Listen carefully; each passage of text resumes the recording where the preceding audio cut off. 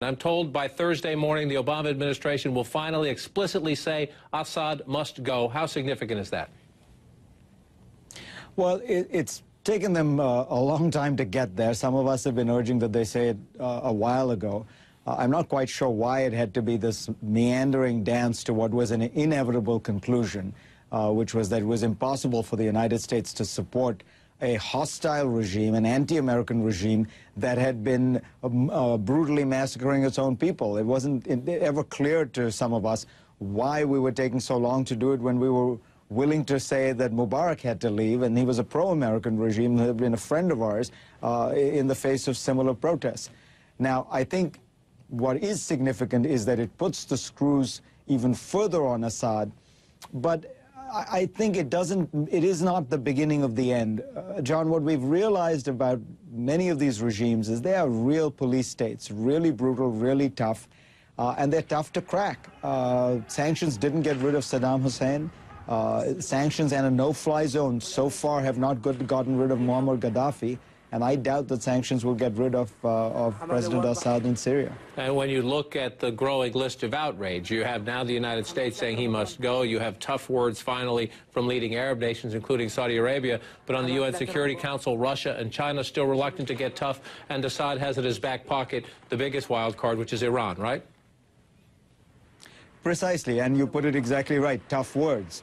There's finally a lot more tough words, but tough words are not going to do very much. I think the President Assad probably looks at this and says, sticks and stones will break my bones, but names will never hurt me.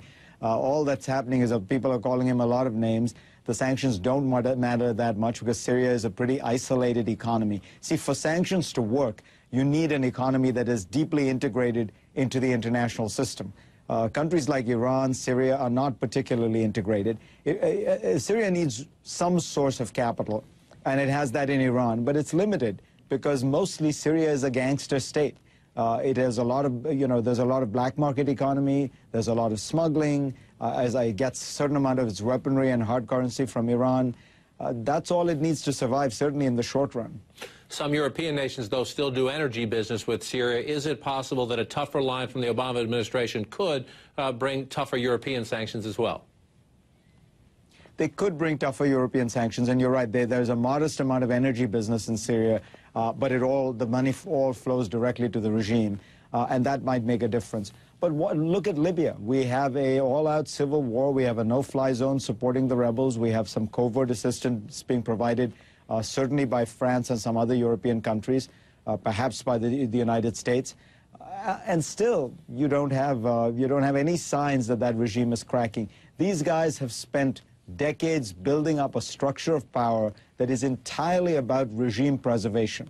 While other regimes worry about raising standards of living and building infrastructure, these regimes are obsessed with staying in power. So it's going to take a lot more than one more ratchet of the sanctions screw to get them out of power.